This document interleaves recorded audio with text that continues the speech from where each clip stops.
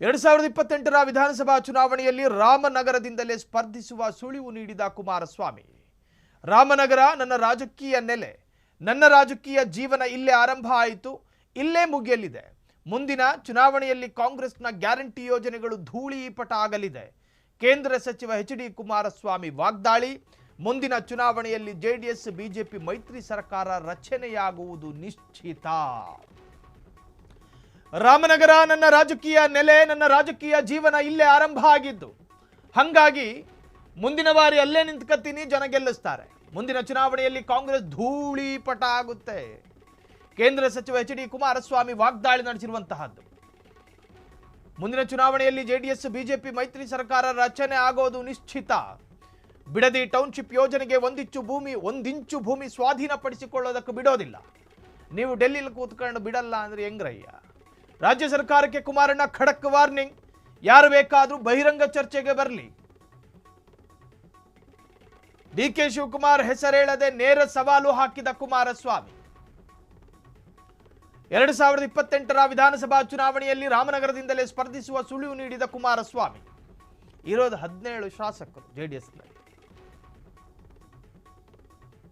ಮುಂದಿನ ಚುನಾವಣೆಯಲ್ಲಿ ಕಾಂಗ್ರೆಸ್ನ ಗ್ಯಾರಂಟಿ ಯೋಜನೆಗಳು ಧೂಳೀಪಟ ಆಗಲಿದೆ. ಇರುವುದು 17 ಎಂಎಲ್ಎಗಳು ಜೆಡಿಎಸ್ನಲ್ಲಿ. ಅಳಿದುಳಿದ 17 ಎಂಎಲ್ಎ ಕಡೆ ಹೇಳೋದು ಕುಮಾರಣ್ಣ, ಮುಂದೆ ನಾವೇ ಬರ್ತೀವಿ ಅಂತ. ಬಿಜೆಪಿಯಲ್ಲಿ 60+ ಶಾಸಕರು, 60+17 ಶಾಸಕರು.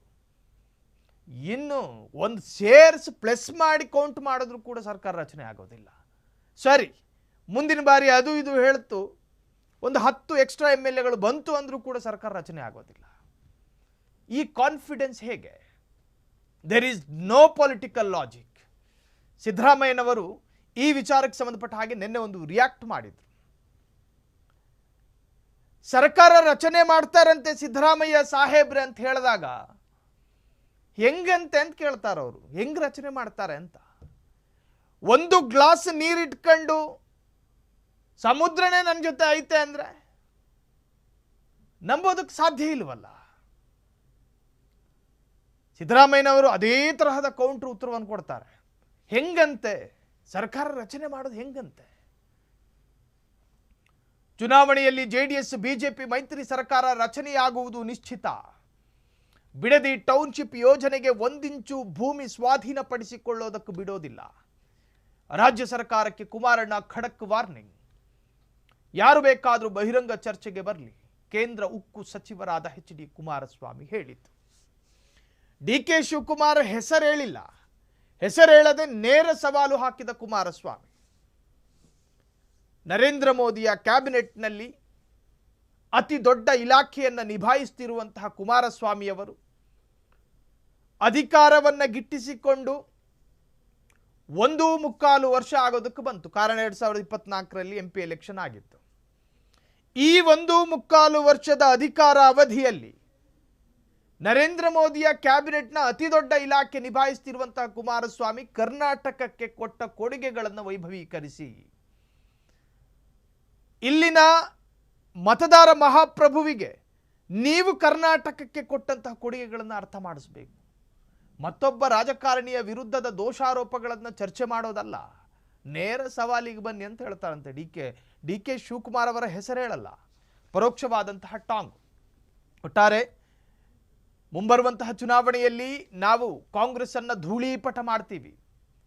136 ಶಾಸಕರು ಜೊತೆಗೆ 140 ಶಾಸಕರು ಇರುವಂತಹ ಸುಭದ್ರ ಸರ್ಕಾರಕ್ಕೆ ನೇರ ಸವಾಲು ಹಾಕುವಂತ ಕುಮಾರಸ್ವಾಮಿ. ಕಾಂಗ್ರೆಸ್ಸಿಗೆ ಉಳಿಗಾಲವೇ ಇಲ್ಲ.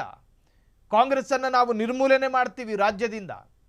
ಕಾಂಗ್ರೆಸ್ಸಿಗೆ ಬರುವ ಸಂದರ್ಭದಲ್ಲಿ ಅಧಿಕಾರವೇ ಸಿಗೋದಿಲ್ಲ. ದೇಶದ ಅನೇಕ ರಾಜ್ಯಗಳಲ್ಲಿ ಕಾಂಗ್ರೆಸ್ ಅಧಿಕಾರವನ್ನು ಕಳೆದುಕೊಂಡಿದೆ. ಅಂತೆಯೇ ಕರ್ನಾಟಕದಲ್ಲೂ ಕೂಡ ಕಳೆದುಕೊಳ್ಳುತ್ತೆ ಅಂತ ಹೇಳಿ ಕಾಂಗ್ರೆಸ್ ಅನ್ನು ಭಯಪಡಿಸುವಂತಹ ಒಂದು ತರಹದ ಪೊಲಿಟಿಕಲ್ ಸ್ಟೇಟ್ಮೆಂಟ್ ಕೊಡುವುದರ ಮುಖಾಂತರವಾಗಿ ಮತ್ತೆ ಚರ್ಚೆಗೆ ಕಾರಣರಾಗಿದ್ದಾರೆ ಎಚ್.ಡಿ. ಕುಮಾರಸ್ವಾಮಿ. ಕ್ಷಣ ಕ್ಷಣದ ಸುದ್ದಿಗಳಿಗಾಗಿ ಫ್ರೀಡಂ ಟಿವಿ ಸಬ್ಸ್ಕ್ರೈಬ್ ಮಾಡಿ, ಲೈಕ್ ಮಾಡಿ ಹಾಗೂ ಫಾಲೋ ಮಾಡಿ. ಹೊಸ ಸುದ್ದಿಗಳ ನೋಟಿಫಿಕೇಶನ್ಗಾಗಿ ಬೆಲ್ ಐಕಾನ್ ಮೇಲೆ ಕ್ಲಿಕ್ ಮಾಡಿ.